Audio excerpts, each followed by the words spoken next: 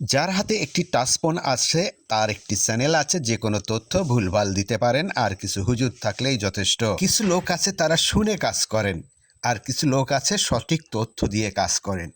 আমি বুঝি না কিভাবে আপনারা এই সমস্ত মিথ্যে তথ্যগুলো দেন। যে কোনো ভুলভাল তথ্য দিতে পারলেই খালাস। এই প্লেয়ারটা মুসলিম, এ নাকি যখন ডোনাল্ড ট্রাম্প মেডেল দিচ্ছিলেন গলায় পরিয়ে, তখন নাকি তিনি হাত দেননি, শুধু খালি মুসলিম হওয়ার কারণে।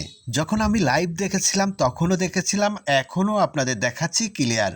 ডোনাল্ড ট্রাম্পের হাতে হাত দিয়ে হ্যান্ডশেক করে সে মেডেল পরিয়েছেন।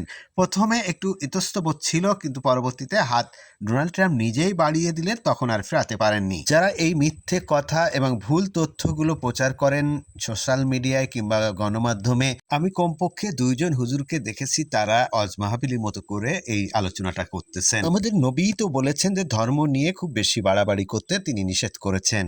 ডোনাল্ড ট্রাম্পকে আমরা পছন্দ করি না, ঠিক আছে, কিন্তু এত বড় বিশ্বকাপের ফাইনাল খেলার আসরে কিভাবে এই মুসলিম ছেলেটা হাত সরিয়ে নিয়ে যেতে পারেন? বিশ্বকাপের এত বড় আসরে, যেখানে প্রত্যেকটা প্লেয়ারের দিকে এক একটা ক্যামেরা দিয়ে নজরদারি করা হচ্ছে, তিনি নাকি হ্যান্ডশেক করেননি ডোনাল্ড ট্রাম্পের সাথে, এই কথা ভুলভাল তথ্য দেওয়া হচ্ছে মিডিয়ায়। সেই হুজুরের কাছ দিয়ে আমরা আরও শুনেছি যে মুসলিম হয় হোক সতর আগলা করে ফুটবল খেলেছে।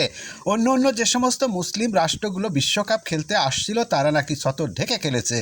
সৌদি আরব আসছিল, ইরান আসছিল, আপনারা কি দেখেছেন তারা সতর ঢেকে খেলেছে? দর্শক, আমরা দেখে আসবো কে কি বলেছেন। না, কিন্তু তার সামান্য হুজুর, টাকা বাংলাদেশের নিয়ে মেয়েরা সবাই তাকে হাফ প্যান্ট পরে প্রশংসায় ফুটবল করছে। খেলছে, এই আপনি ব্যাপারটি সেটা ধোঁকা ছাড়া জানেন? কিছুই নয়। এতে লামিনী ইয়ামাল ট্রাম্পের সাথে হাত না মিলিয়ে দেখিয়ে দিল বীরের পরিচয়। এই দৃশ্য সবার চোখে পড়া মাত্রই মুহূর্তে ভিডিওটি ভাইরাল হয়। ট্রফি নিয়ে বিদ্যা আঙ্গুল দেখিয়ে এখান থেকে বিদায়।